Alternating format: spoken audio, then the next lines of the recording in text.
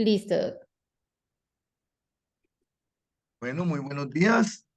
Hoy la doctora Valeria Cortés nos va a deleitar con un tema muy interesante, que es el manejo de la tosis palpebral. Adelante, Valeria. Bueno, muy buenos días para todos. Como el doctor Quintero lo ha comentado, el día de hoy vamos a tratar sobre cómo abordar esta tosis palpebral en los pacientes. Mi nombre es Valeria Cortés Castillo, soy residente de primer año de oftalmología de la Pontificia Universidad Javeriana. El contenido que les propongo eh, para esta charla es, vamos a empezar a hablar cómo vamos a evaluar estos pacientes cuando llegan a nuestra consulta. Vamos a clasificar luego la tosis palpebral. Después hablaremos un poco sobre el tratamiento que vamos a abordar en ellos y hacemos un resumen de las complicaciones que podemos presentar en estos pacientes después de que le hacemos un tratamiento o una intervención quirúrgica. A manera de generalidades, la tosis es la forma abreviada y que con frecuencia se utiliza para el término blefarotosis, que se refiere básicamente a una caída o desplazamiento inferior del párpado superior. La causa más común es la tosis palpebral, la causa más común de la pérdida reversible de visión periférica, pero en ocasiones puede ser tan severa que puede afectar el cuadrante de visión central. La tosis palpebral también va a hacer que haya una disminución de la cantidad de luz total que llega a la mácula, haciendo que haya una reducción de la agudeza visual, sobre todo en la visión nocturna. Y hay dos sistemas básicos de clasificación de la tosis. Tenemos según la aparición, puede ser tanto congénita como adquirida, y también la podemos clasificar según su etiología, que puede ser miógena, aponeurótica, neurogénica, mecánica o traumática. El tipo más común, por ejemplo, de tosis congénita va a resultar de un músculo elevador del párpado que esté poco desarrollado, y hablaremos de una causa miógena, por ejemplo, y el tipo más común de una tosis adquirida es causado por el estiramiento o desinserción de la aponeurosis del elevador, y ahí es cuando nos referimos a una tosis aponeurótica. Entonces, ¿cómo vamos a evaluar estos pacientes cuando vienen a nuestra consulta? Primero, pues tenemos que hacer una historia clínica completa para poder hacer una adecuada clasificación de esta tosis, indagar por los antecedentes familiares. Hay pacientes que sus padres o familiares cercanos pueden tener la misma alteración. Indagar cómo es el grado de la tosis, cómo se comporta esto durante el día, ver si hay una variación del grado de la tosis a medida que transcurre el día o si hay quejas de diplopía. Aquí podemos estar pensando también en una miastenia gravis ocular, o si ya tenemos además de esta tosis que haya otro tipo de síntomas como disfonía, disfagia, disnea o debilidad en músculos proximales, podemos pensar también en una miastenia gravis sistémica. Entonces, al examen físico de estos pacientes vamos a hablar de 5 mediciones clínicas muy importantes, que son las que vamos a hablar a continuación. Vamos a realizar la distancia del margen reflejo, la altura de hendidura palpebral vertical, la posición del pliegue del párpado superior. Vamos a ver cómo está esa función elevadora, que quiere decir la excursión de ese párpado superior, y la presencia de lagoftalmos finalmente. Entonces vamos a hablar un poquito de cada una de ellas para poderlas entender mejor. Entonces la distancia de margen reflejo o MRD1 es la distancia que hay desde el margen del párpado superior hasta el reflejo luminoso de la córnea en posición primaria de la mirada. Y esta medición básicamente es una de las más importantes para describir la cantidad de tosis. El paciente que tiene una tosis grave, por ejemplo, en esta fotografía podemos observar cómo estas dos líneas van a simular ¿Era el eso? margen de ambos párpados. Entonces, si tenemos una tosis grave, este reflejo luminoso puede estar obstruido completamente por el párpado y puede tener un valor de 0, o puede incluso bajar un poco más y tener un valor negativo. Si el paciente se queja o tiene síntomas también de que hay una obstrucción visual mientras lee, tenemos que siempre verificar este MRD1 en la posición de lectura. También vamos a tener otra medida que va a ser básicamente la exposición escleral, y se va a definir como MRD2, que es la distancia de reflejo luminoso de la córnea hasta el margen del párpado inferior. Por tanto, esta sumatoria de ambas mediciones nos va a dar el total de la hendidura palpebral vertical.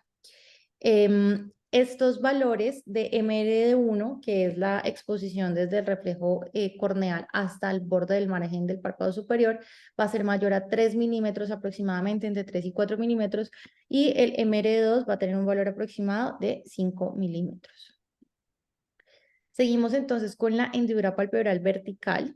Esta va a ser la medición desde el punto más ancho entre el párpado superior y el párpado inferior, como lo podemos ver graficado en esta fotografía, donde tenemos las dos líneas, la azul y la amarilla, que serían los bordes de los párpados, y la línea roja sería la distancia entre estas dos que me mide la hendidura palpebral vertical.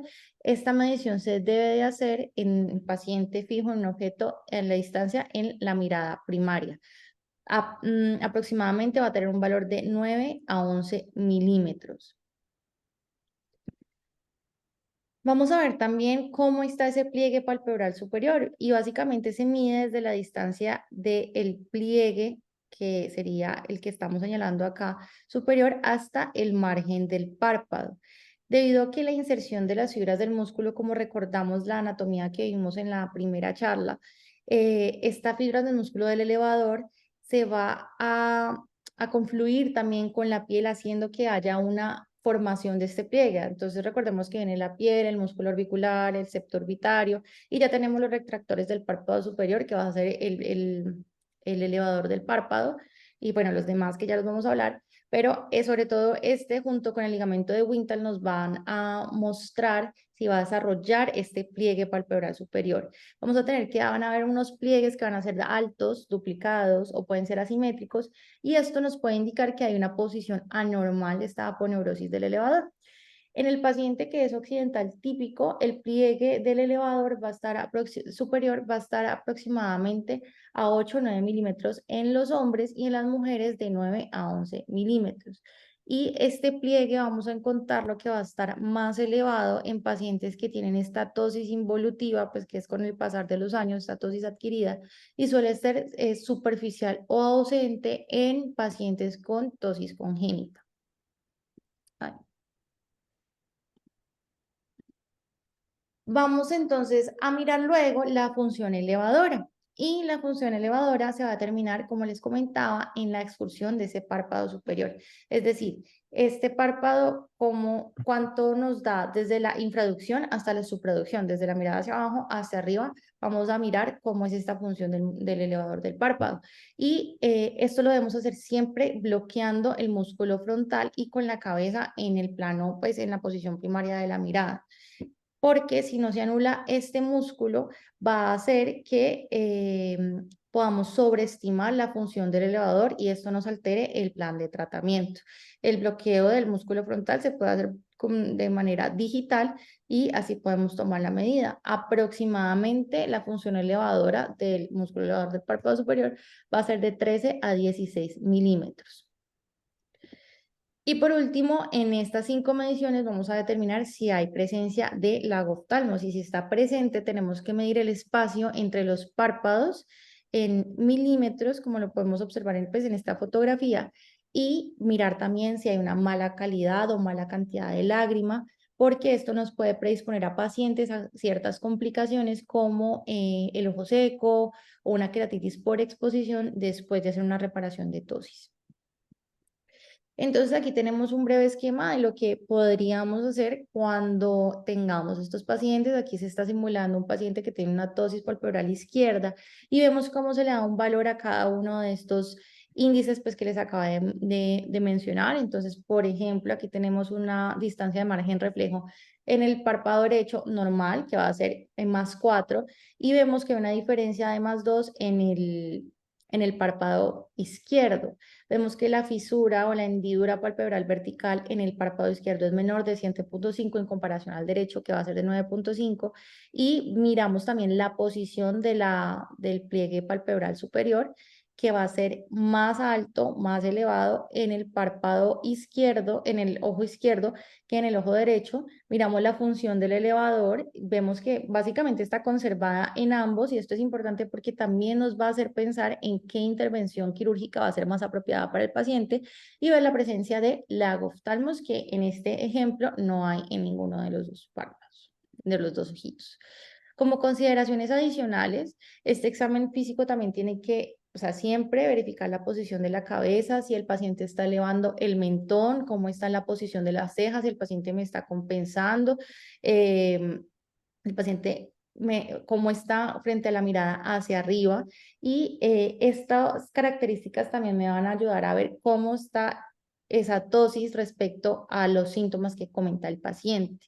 Mirar también cómo está la cantidad de la calidad de la película lagrimal y algo importante es ver si hay presencia o ausencia del fenómeno de Bell, que es la supraducción del globo ocular al intentar cerrar los ojos. Y este fenómeno de Bell se va a observar sobre todo en pacientes con parálisis facial, donde vamos a ver que hay una incapacidad del cierre de la hendidura palpebral ipsilateral. Entonces, básicamente lo que podemos observar acá es como vemos que hacen oclusión de los ojitos, se hace una supraducción, esto es un pues, reflejo y ahí lo vamos a poder observar, sería un fenómeno pues, ahí positivo. Otra de las consideraciones que tenemos que tener en cuenta son las sincinesias y las sincinesias son movimientos involuntarios que van a acompañar a un movimiento voluntario y esto va a variar, va a haber una variación en la cantidad de tosis con los movimientos de los músculos extraoculares o con los músculos de la mandíbula. Entonces aquí vamos a tener un síndrome, que es el síndrome, una tosis de guiño, en la mandíbula de Marcus-Ghosn y lo que vamos a poder observar es que cuando la paciente abre la boca o la desplaza la mandíbula lateral o contralateral, vemos que esa tosis en el ojito izquierdo se va corrigiendo y se alza un poco más el párpado. Esto se da porque hay una conexión inusual entre las ramas motoras del trigémino que va a inervar el músculo pterigoideo y las fibras de la porción superior del nervio oculomotor que inerva el músculo elevador del párpado superior.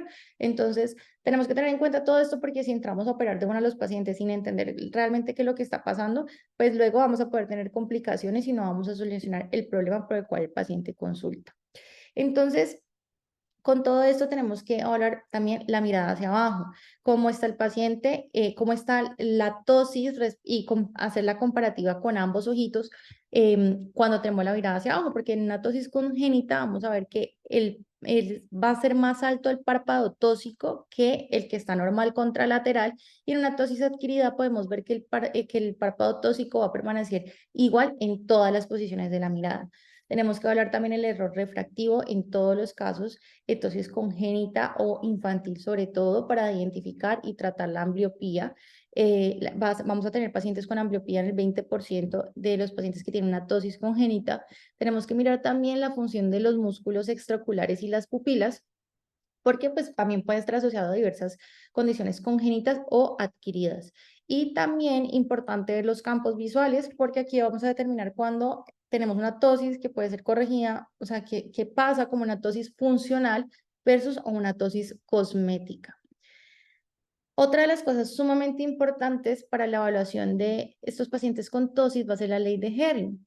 Y la ley de Herring va a ser básicamente es una retracción compensatoria del párpado superior contralateral en la tosis unilateral. Es decir, yo tengo una tosis en el párpado derecho, por ejemplo, y mi párpado izquierdo está normal, pero yo realmente no sé si está normal o me está compensando esa tosis del párpado derecho y trata de retraerse más para pues poder mantener una adecuada posición de la mirada y resulta que ya no necesito una cirugía de una corrección de tosis unilateral, sino que va a necesitar una cirugía de una corrección de tosis bilateral. ¿Esto por qué se va a dar? Porque van a haber inervaciones especiales del músculo elevador del párpado superior y lo que pasa es que va a haber un grupo neuronal motor de los elevadores, se van a encontrar en un núcleo único, caudal central del complejo oculomotor y las neuronas motoras individuales inervan estos músculos elevadores del párpado superior de manera bilateral. Entonces, en el intento del paciente por superar esa tosis de un ojo, se hace la contracción del párpado contralateral. Entonces, miren cómo cuando yo alzo el párpado que estaba tósico, vemos cómo cae el párpado contralateral. Entonces realmente tengo una tosis en ambos párpados y tengo que ver si necesito una cirugía que solo corrija un párpado o si necesito hacer una corrección de tosis bilateral. Y esto lo puedo inducir con una maniobra manual, como lo vimos en el video anterior, o el test de felinefrina, que es aplicar felinefrina en el 10%, y esto me va a evaluar la función del músculo de Müller, me lo va a contraer, y por tanto vamos a ver cómo esta tosis se corrige, y esto pues es porque hay una estimulación del sistema nervioso simpático y hace que se abra el ojito. Ya vamos a hablar un poco más adelante de este test. Entonces, la clasificación, vamos a indagar un poco sobre las diferentes etiologías que tenemos. Tenemos la tosis miogénica congénita. Em, Aquí vamos a ver que vamos a tener una congénita y una adquirida. En cuanto a la congénita, vamos a tener que lo más probable, lo más frecuente es una disgenesia del músculo elevador, y básicamente es que hay en lugar de fibras musculares hay tejido adiposo o fibroso, y eso hace que haya una disminución de la capacidad de contraerse y relajarse de este músculo, y por lo tanto pues nos va a dar una alteración en pues, esta tosis palpebral congénita. La tosis miogénica adquirida puede ser una alteración, un resultado de una enfermedad localizada o difusa, puede ser causada por una distrofia muscular, una oftalmoplegia externa progresiva crónica, una miastenia gravis, una distrofia oculofaringea, y la corrección quirúrgica va a ser difícil por disfunción, porque además de que vamos a tener una disfunción de este músculo elevador del párpado superior, podemos tener otras alteraciones en otros músculos subyacentes. Aquí vamos a ver que esta tosis va a fluctuar con el transcurso del día en la miastenia gravis y se va a asociar a diplopia. En cuanto a la tosis aponeurótica, es la forma más común de la tosis adquirida, como lo había dicho anteriormente, y lo que va a pasar es que hay una disencia de la aponeurosis del elevador o una desinserción de su posición anormal. Esto puede causar simplemente por una alteración involutiva, pues con los pasos de los años, o por una tracción repetitiva del párpado, por frotarse los párpados de manera constante, el uso de lentes de contacto rígidos, o que haya una cirugía intraocular o de párpados también me puede causar este tipo de tosis. Aquí vamos a esta fotografía, podemos ver cómo hay una tosis del ojito izquierdo, y ya después de que se hace una reposición se pueden lograr una adecuada apertura. En esta tosis aponeurótica vamos a ver que el pliegue palpebral va a estar más alto o ausente por ese desplazamiento hacia arriba o esa pérdida de inserción de esas fibras del elevador en la piel, y vamos a ver que hay un adelgazamiento del párpado superior en la placa tarsal superior. Como les mencionaba, la función del elevador va a ser normal en esta tosis aponeurótica, entonces me va a poder elevar de 12 a 15 milímetros, y esta tosis aponeurótica va a empeorar con la mirada hacia abajo, a diferencia de una tosis miógena congénita, por ejemplo, que el párpado tósico va a ser más elevado cuando tenemos la mirada hacia abajo en comparación del párpado, pues del ojito bueno o el ojito que no tiene ninguna alteración. En esta fotografía podemos ver que esta paciente tiene un surco palpebral bastante alto, que es por las razones que les acabo de mencionar. Entonces aquí tenemos una tabla comparativa de la tosis miogénica versus la tosis aponeurótica. En la tosis miogénica y en la aponeurótica podemos tener tanto de espectros desde tosis leve hasta tosis muy severas. La, el pliegue palpebral superior va a estar pobremente formado en la tosis miogénica, mientras que en la tosis aponeurótica este párpado va a estar más alto de lo normal o va a estar ausente. La función del elevador va a estar reducida en la miogénica, mientras que en la aponeurótica va a estar casi normal o normal. Y vamos a ver que hay una tosis, pues una caída del párpado en la aponeurótica, y al igual que la miogénica. Entonces, vamos a hablar un poquito de las tosis neurogénica. Entre ellas está la congénita y la adquirida. Dentro de las causas congénitas vamos a hablar de algunas principales, hay varias, pero les quería comentar la parálisis congénita del tercer par, el síndrome de Horner congénito y el síndrome de guiño de mandíbula de Marcus-Gunn, que era la que les comentaba. Entonces, en cuanto a la parálisis congénita del tercer par, vamos a tener que se va a manifestar como una incapacidad para elevar, deprimir o aducir el ojo, y las pupilas también pueden estar alteradas, pueden estar dilatadas, aunque esta parálisis puede ser parcial o completa. Aquí el tratamiento del estrabismo y la ambliopía va a ser difícil en muchos casos, sobre todo pues en esta patología, y también es complicado realizar un tratamiento en estos porque requieren generalmente de mayor fuerza para poder abrir esta tosis. Entonces usualmente uno utiliza lo que es la suspensión frontal, que pues en muchas ocasiones conduce al lagoftalmos y podemos tener estas alteraciones de ojo seco y queratitis por exposición. En cuanto al síndrome de Horner congénito, es una manifestación de una cadena nerviosa simpática que se encuentra interrumpida y vamos a tener que puede estar asociada a una tosis leve con miosis anhidrosis, y en el caso pues de ser congénita vamos a tener una disminución de la pigmentación del iris del lado afectado. Em, esto se va a dar, esta tosis leve se va a dar por una incapacidad y una poca inervación del músculo de Müller. Entonces el paciente pues va a presentar esta tosis. También vamos a tener algo que es que de la tosis inversa, que es que va a haber un aumento no retracción, sino un desplazamiento hacia arriba del párpado inferior. Entonces también va a haber esta tosis combinada de superior e inferior, y vamos a tener que la hendidura palpebral vertical en el síndrome de Horner congénito pues va a ser menor por eso también. El síndrome de Guillo de mandíbula de Marcus-Goin, pues que ya les había comentado antes, es que tenemos un párpado unilateralmente tóxico que se va a elevar con los movimientos de la mandíbula. Sobre todo se va a elevar cuando la mandíbula se mueve de un lateral y luego hacia el lado contralateral.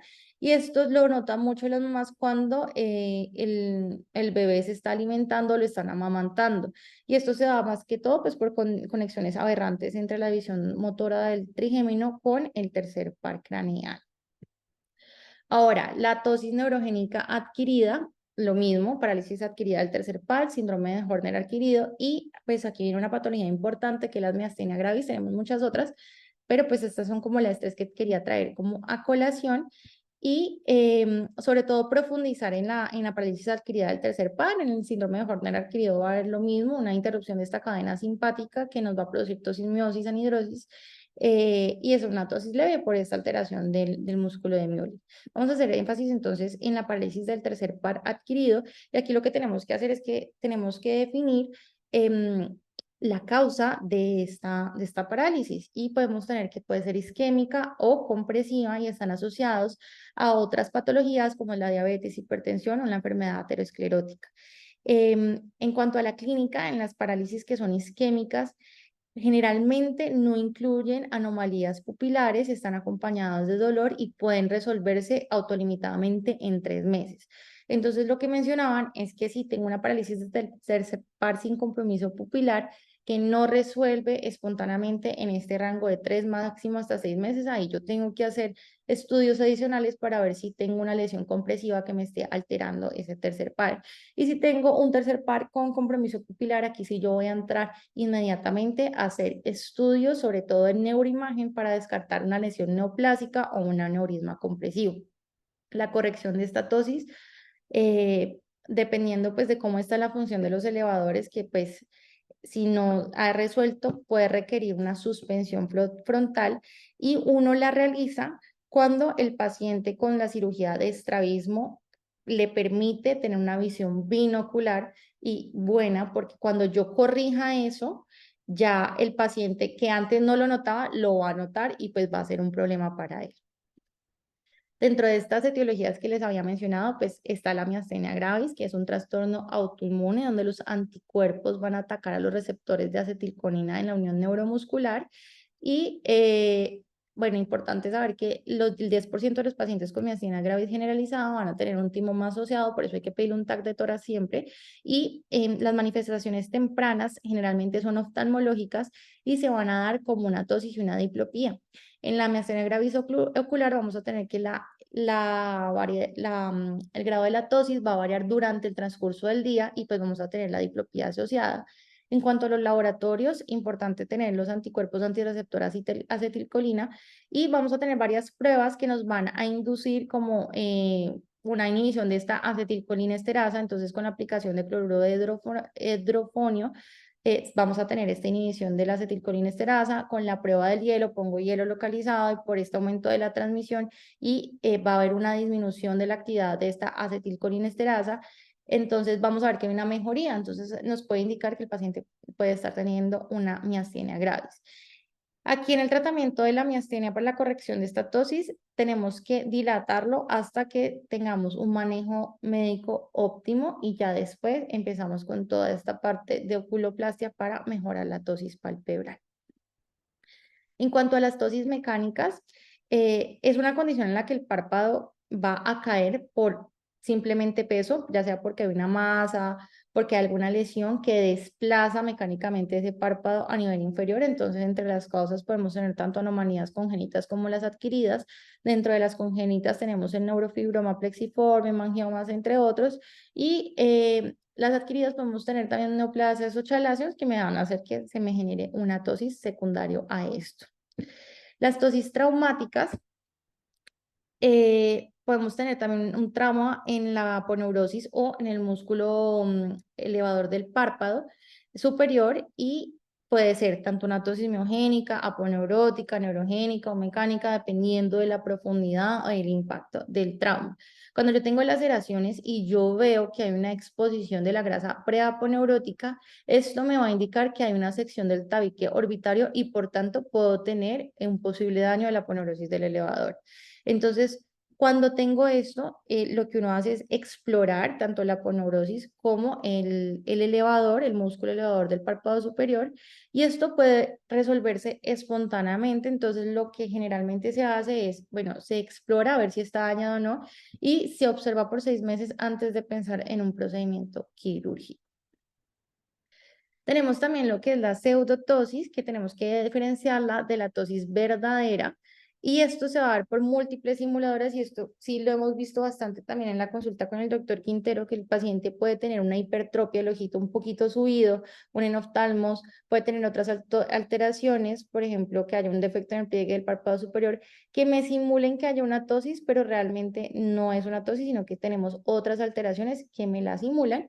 Por ejemplo, una retracción del párpado contralateral, entonces no es que yo tenga este párpado caído, sino que tengo este retraído, y pues la dermatochalasis, que en esta fotografía lo podemos observar, no me simulaba una tosis, pero corrigiéndose en una blefaroplastia sola, la paciente logra una adecuada apertura de la hendidura palpebral vertical.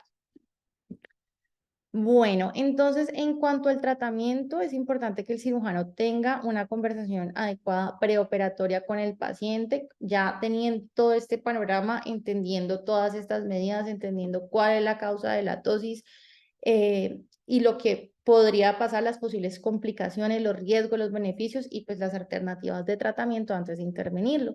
Vamos a tener 3 técnicas quirúrgicas importantes. Tenemos la vía anterior o exterior o la transcutánea, que básicamente va a ser el avance del elevador del párpado superior. Tenemos la vía posterior, que es a través de la conjuntivo-mulerectomía y la suspensión frontal. Entonces, esta altura del párpado superior va a depender de dos músculos, el elevador del párpado superior y el músculo de Müller, donde el elevador del párpado superior va a hacer una excursión del párpado de aproximadamente 15 milímetros, mientras que el músculo de Müller va a ser de 2 a 3 milímetros, y esto lo tenemos que tener muy presente para definir la vía en la que se va a intervenir. Entonces, recordando un poquito de la anatomía, el elevador del párpado superior tiene su origen en la ala menor del esfenoides y va a descubrir por encima del recto superior. Y aquí quería yo hacer como énfasis del ligamento de Wintal, que va a estar cerca del reborde orbitario superior en una vaina muscular que lo atraviesa de medial a lateral en las paredes de la órbita, y esto va a dar soporte al sistema facial y mantiene las relaciones espaciales de la órbita superior. A partir de este ligamento de Wintal vamos a ver que ya este músculo elevador del párpado superior pasa a ser aponeurosis y va a tener un anclaje en el margen palpebral, haciendo que haya una integración en una integración en todas estas estructuras del párpado, y se va a generar también con aquí en el ligamento de Winter, con este elevador de la aponeurosis, este pliegue palpebral del que estamos hablando. Aquí tenemos también el músculo de Müller, Este está compuesto por fibras de músculo liso, se origina en la porción final, como lo podemos observar aquí, del elevador del párpado superior, tiene una longitud aproximada de 10 milímetros y va a discurrir por debajo de la aponeurosis y encima de la conjuntiva. Así que cuando yo hago una eversión del párpado, eso es lo que yo me voy a encontrar cuando hago esta intervención quirúrgica y aquí este músculo se va a anclar en el borde tarsal superior y así va a ejercer su acción. Entonces, yo pues cuando estaba leyendo encontré un estudio pues muy interesante que es de Jorge Raja y colaboradores, hicieron una revisión bibliográfica y ellos su objetivo en esta revisión era evaluar la utilidad de la prueba de la felinefrina en la exposición de la tosis y su función como predictor del resultado final. Además, querían, de acuerdo a esa bibliografía, proponer como un algoritmo clínico que nos podría servir a la hora de abordar estos pacientes. Ellos obtuvieron 25 artículos, de los cuales 23 correspondían a ensayos clínicos correctos, metodológicamente correctos, con un grado de evidencia de 2 a 3, y concluyeron a través de este esquema que proponen, que cuando yo tengo una tosis, hago todos mis exámenes, tengo una buena función de mi elevador del párpado superior, empiezo a ver cómo está esta distancia del reflejo margen palpebral 1. Entonces aquí voy a ver si tiene de 0 a 3 milímetros, voy a ver que es una tosis leve a moderada y aquí implemento mi test de felinefrina. Si el test de felinefrina es positivo, yo puedo hacer una muelerectomía. Entonces, el test de la felinefrina, recuerden que me estimula ese músculo de Müller, que me hace una retracción, pues me hace una elevación del párpado 2 a 3 milímetros. Si está en ese rango, es decir, yo puedo intervenir ahí. Pero si es negativo, es decir, si no me eleva tanto, yo puedo utilizar otro tipo de técnicas, de pronto puedo irme por la vía anterior o la vía externa para hacer una intervenir sobre la poneurosis del elevador. Y si ya tengo una tosis que es más grave, donde ya tengo un valor de 0 en ese DMR1 o un valor negativo, pues no puedo utilizar mi intervención de la conjuntiva muelerectomía porque no me va a compensar. Recuerden que solo me va a elevar 2 a 3 milímetros máximo. Entonces tengo que pensar en otro tipo de alternativas como en la vía anterior o pues la suspensión frontal, dependiendo de todas estas necesidades que tenga el paciente para hacer esta apertura del párpado. Entonces, en la vía anterior o transcutáneo, se usa cuando la función de este músculo elevador del párpado superior es normal y el pliegue del párpado superior es alto. Aquí lo que pasa es que el músculo elevador del párpado superior va a tener una poneurosis que se ha estirado, o sea, insertado y es necesario basar. Esto se hace pues con anestesia local. Y aquí podemos observar en esta fotografía como en la flecha amarilla está mostrando la grasa preaponeurótica, luego tenemos en la flecha azul la aponeurosis del elevador y miramos en la flecha blanca donde está el tarso, las placas tarsales y vemos cómo este se ha estirado sí, o desinsertado de la placa tarsal. Entonces lo que se hace es reposicionar esto. Aquí pues tenemos un videito que les quería pues mostrar de la academia, de cómo se hace esta intervención.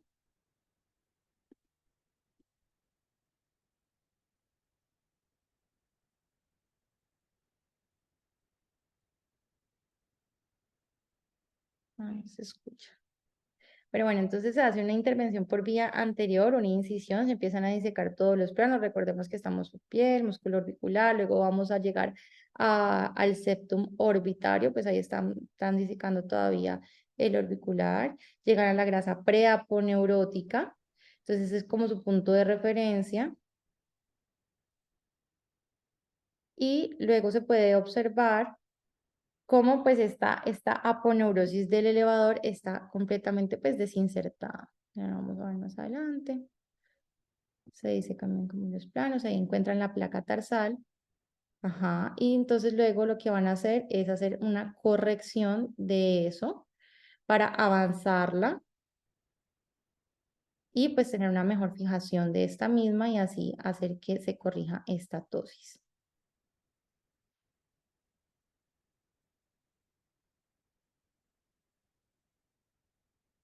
Ahí se hacen los puntos de fijación a nivel de la placa tarsal.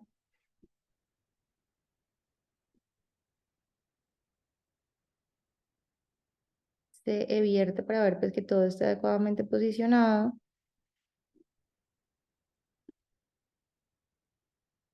Y bueno, se evalúa pues que la posición haya quedado de manera adecuada, se le pide al paciente que abra los ojos, se mira si se logró el objetivo y luego pues se hace el cierre a nivel de piel. La vía posterior es la conjuntivomulerectomía. Vamos a hacer una intervención en este músculo de Müller en pacientes con una adecuada respuesta al test de felinebrina y pues recordemos que esto va a ser una tosis leve, entonces el reparo va a ser muy poquito, pues va a ser de 2 milímetros. Aquí lo podemos observar, aquí lo que están haciendo es determinar el músculo de Müller, se hace un pinzamiento de la tosis y luego se hace resección de la misma.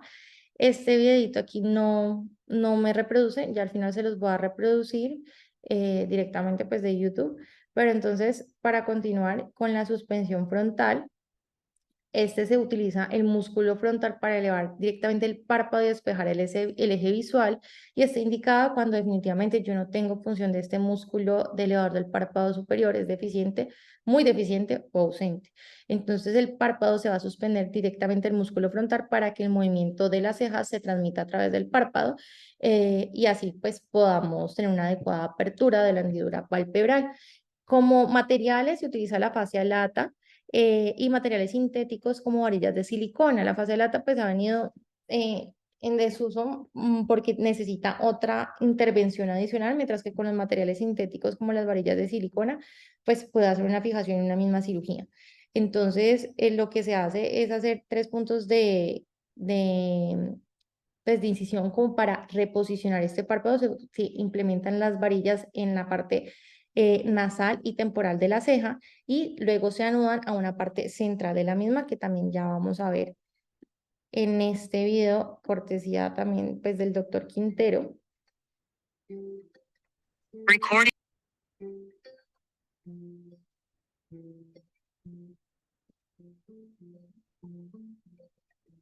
¿Cómo se realiza? Pues entonces ahí se está haciendo la implantación del set de silicón, que son estos materiales sintéticos que les comentaba, y se realizan las 3 incisiones, donde se fija ahí en la ceja para hacer esa apertura del párpado a través del músculo frontal, de la suspensión del músculo frontal. En estos pacientes es frecuente que pueda presentar lagoftalmos, queratitis por exposición, entonces se le debe explicar muy bien al paciente qué son las complicaciones que pueden pasar. Y en cuanto pues ya a las complicaciones, que podemos presentar un resumen de las mismas es que haya una corrección insuficiente, es la complicación más común, que haya una simetría o que tengamos una sobrecorrección de la misma, que tengamos un contorno palpebral que no sea, que el paciente no se encuentre satisfecho con él, podemos tener distensias de la arívada, prolapso de la conjuntiva, una versión tarsal, o por lo que les comentaba, el lagoftalmos por queratitis por exposición. Esto era lo que les traía entonces el día de hoy y les quería mostrar la conjuntivomulerectomía del doctor Quintero, aquí directamente pues de YouTube porque no me reproduce en la presentación. Pero entonces aquí lo que les quería mostrar es esto, que se empieza en la anestesia local, una sutura de tracción palpebral para poder estar pues, más cómodo ante la cirugía, hacer una exposición de la conjuntiva, hacen la marcación desde el margen tarsal superior, hacen con las adecuadas mediciones y se empieza a hacer una sutura con seda negra.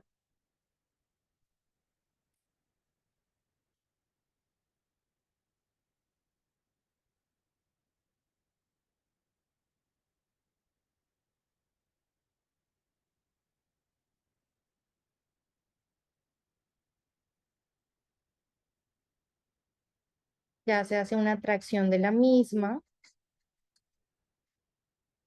y pasamos a hacer como a clampear esta tosis. Una vez se clampea esta tosis, vamos a empezar a hacer una sutura con catgut cromado.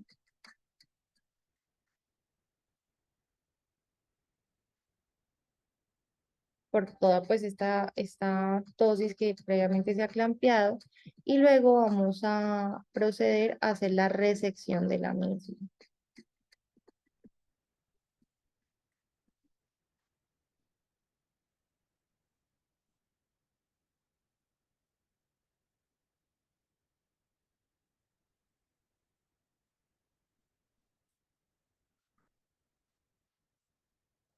Bueno, esa es la tensión e inclinación de la sutura y ya se pasa entonces a resecar esa tosis que previamente hemos clampeado.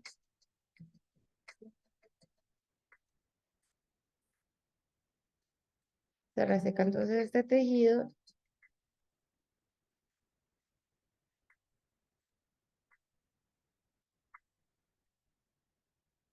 Listo. Ya se hace la reposición del párpado. Y bueno, eso era lo que les traía el día de hoy. Muchas gracias.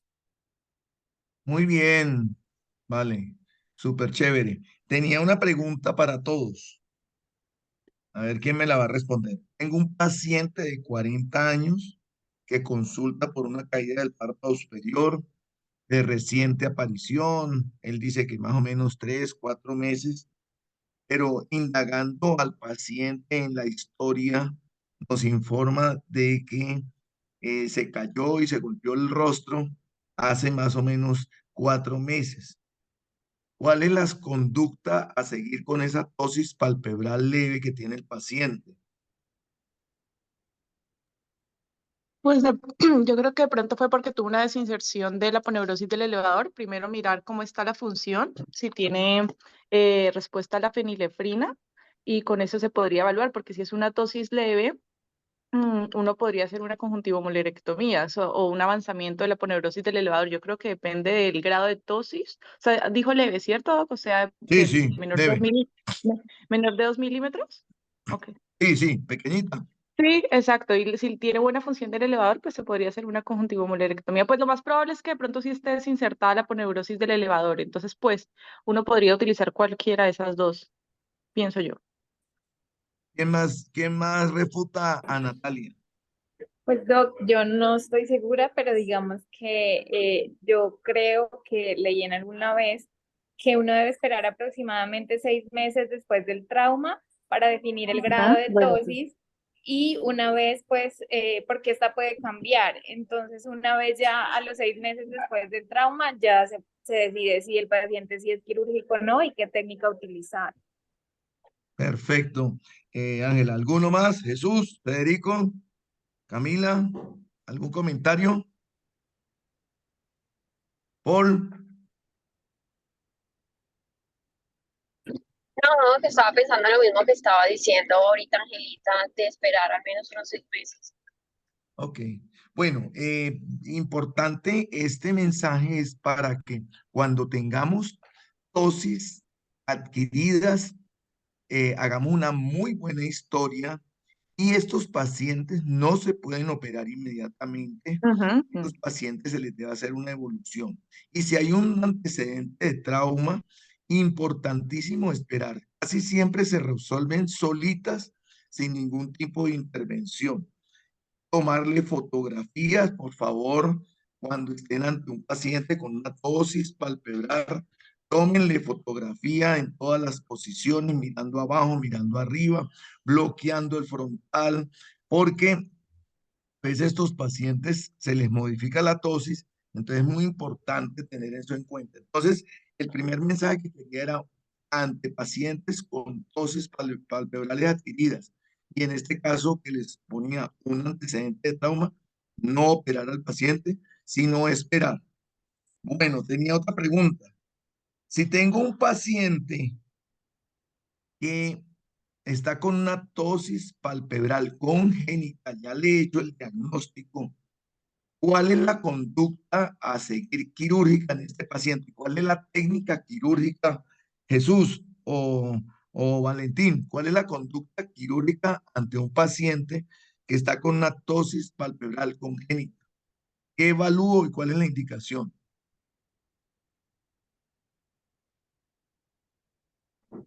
Doctor, en los pacientes con tosis palpebral congénita, pues uno, hay que mirar em, si hay obstrucción de del todo el eje visual, porque tienen, pues, es una lesión con potencial ambliogénico.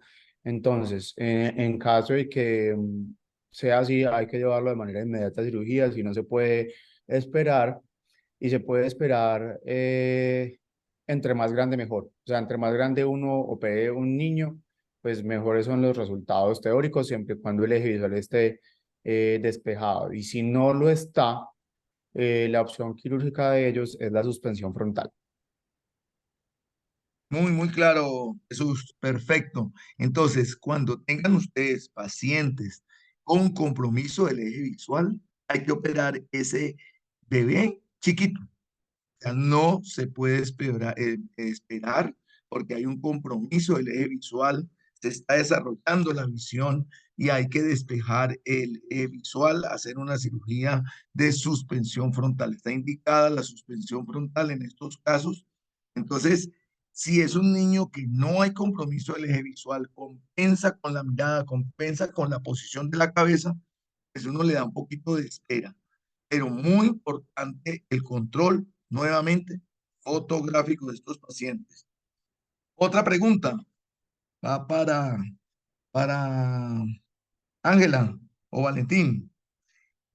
Si tengo un paciente que lo estoy viendo en el consultorio, es un paciente de unos 50 años y tengo la duda de si hay una tosis palpebral y lo clasifico como pseudotosis, ¿qué hago con ese paciente? Le hago una cirugía, una blefaroplastia superior, le hago el test de fenilefrina, le tomo fotografías, le hago seguimiento.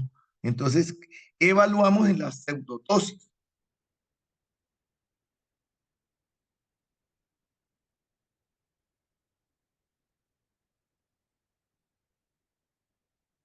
Su silencio.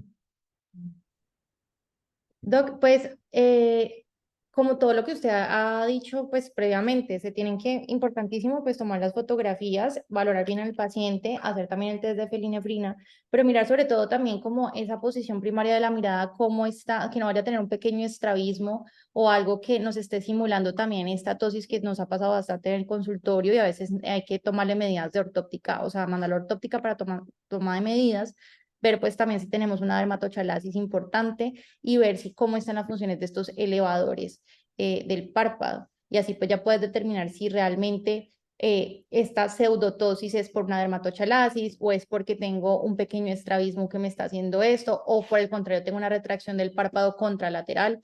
Entonces, pues yo pienso que tenemos que hacer como el abordaje integral y utilizar todas estas herramientas que usted previamente acabó de decir. Vale, muy clarito lo tienes. Entonces, cuando evalúen ustedes un paciente que te llega a la consulta y desea hacer una cirugía, no mira al paciente y te dice, doctor, vengo para cirugía de los párpados, de que no venga diciendo que están caídos, sino que son chiquitos, pequeños. Entonces, tener muy en cuenta, aquí tienes una foto que acabas de poner de la pseudotosis, donde ustedes tienen dos grandes cambios en los pacientes. Evalúen la posición de las cejas. Es importante, a veces el problema no es una tosis o pseudotosis, sino un descenso del tercio superior del rostro, donde tenemos las cejas bajas y esto nos genera una disminución del espacio de transición ceja-margen libre y genera ese abotagamiento y cuando uno mecánicamente suspende la piel, de que no hay ninguna tosis palpebral. Entonces estamos hablando de una cirugía donde vamos a elevar el tercio superior de la cara y vamos a retirar la piel y no hay corrección de tosis. Y una otra pregunta, ¿cuál es el punto de referencia en la vía anterior para identificar la aponeurosis del elevador? Paul, ¿está por ahí Paul? Valentín, Natalia. El que ya septum, ya vieron. cuando uno ve el tabique orbitario, o sea, uno como que con eso se guía, o sea, uno ve obviamente que la aponeurosis del elevador se ve más blanquita, por decirlo así. Uno llega, entonces uno abre un poquito el septum y ahí llega a la aponeurosis del elevador. Correcto, así es. Entonces, bien importante, ustedes abren el septum y detrás del septum está la grasa preaponeurótica. ¿Y qué van a hacer cuando identifiquen la grasa preaponeurótica? Con un aplicador, un hisopo, ahí no se usa tijera, lo van liberando y detrás está la aponeurosis del músculo elevador.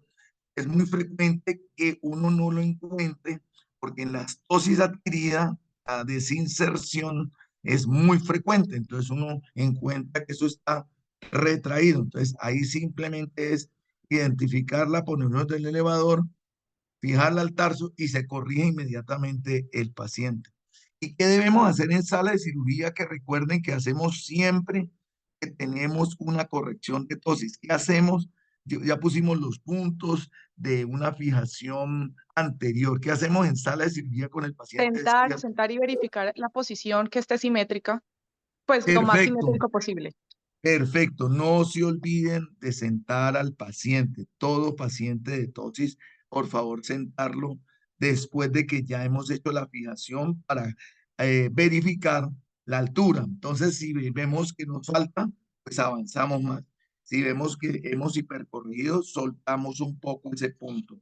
Es importante tener en cuenta como estas cositas. No sé, ¿algún comentario de ustedes, de parte de ustedes?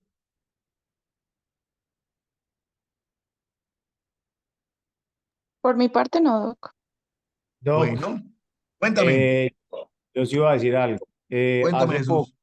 leí un artículo en la revista Asopos eh, de la técnica de conjuntivo bimerectomía sin suturas, en Correcto. la que lo único que hacen después del clamp es hacer una electrocoaptación de los tejidos y se evitan el paso de la sutura, por lo menos en el análisis del artículo que lo publicó una doctora del Reino Unido, pues los resultados eran como buenos. Entonces me llamó la atención pues que se está como poniendo de moda en Europa principalmente. No lo he leído en América, pero sí he leído dos artículos de esa técnica en Europa con teóricos buenos resultados, ahí como para Excelente. complementar, digamos, la información. Perfecto. Sí, Jesús. Hay muchos cirujanos que como ya el músculo está clampeado en la pinza, al cauterizar se supone que ya está ahí y no hay necesidad de colocar suturas. Entonces es una buena alternativa. Nosotros pues somos como más clásicos y ponemos la sutura por seguridad y es como en la vía lagrimal. Cuando se hace una dacrocistosrinostomía, muchos no intuban. ¿Por qué no se intuban? Porque dicen que si está bien realizada la cirugía, se supone que uno ha canalizado bien. Pero pues uno en la vía lagrimal tiene el miedo de que se haga una estenosis o una sinequia y eso lo evita. En el párpado superior, cuando hacemos la vía posterior por vía conjunción miolirectomía, cauterizamos y podríamos reposicionar el tejido y se supone que ya está corregido. Nosotros en mi escuela, yo prefiero poner suturas, pero excelente intervención y eso existe, eso se hace. Bueno, yo creo que ha sido un tema muy interesante. Cada vez que hablamos de este tema, aprendemos todos. No se olviden que es una de las patologías más frecuentes a las que se van a afrontar cada día en la consulta. Si tienen cámara fotográfica, celular, tomen foto, describan bien la dosis, por favor, tomen las medidas pertinentes que ya les explicó muy bien Valeria, y ustedes ya, los que han rotado, ya saben que hay que medir todas las posiciones. Si mira abajo y hay retracción palpebral, anotarlo. Y si hay compromiso del eje visual, este paciente es quirúrgico. Y anotar también que a veces se asocia a cambios, envejecimiento del tercio superior de la cara, donde a veces lo que tenemos es ya esposis de ceja, dermatochalasis excesiva. ¿Ok? Bueno, gracias. Feliz semana para todos.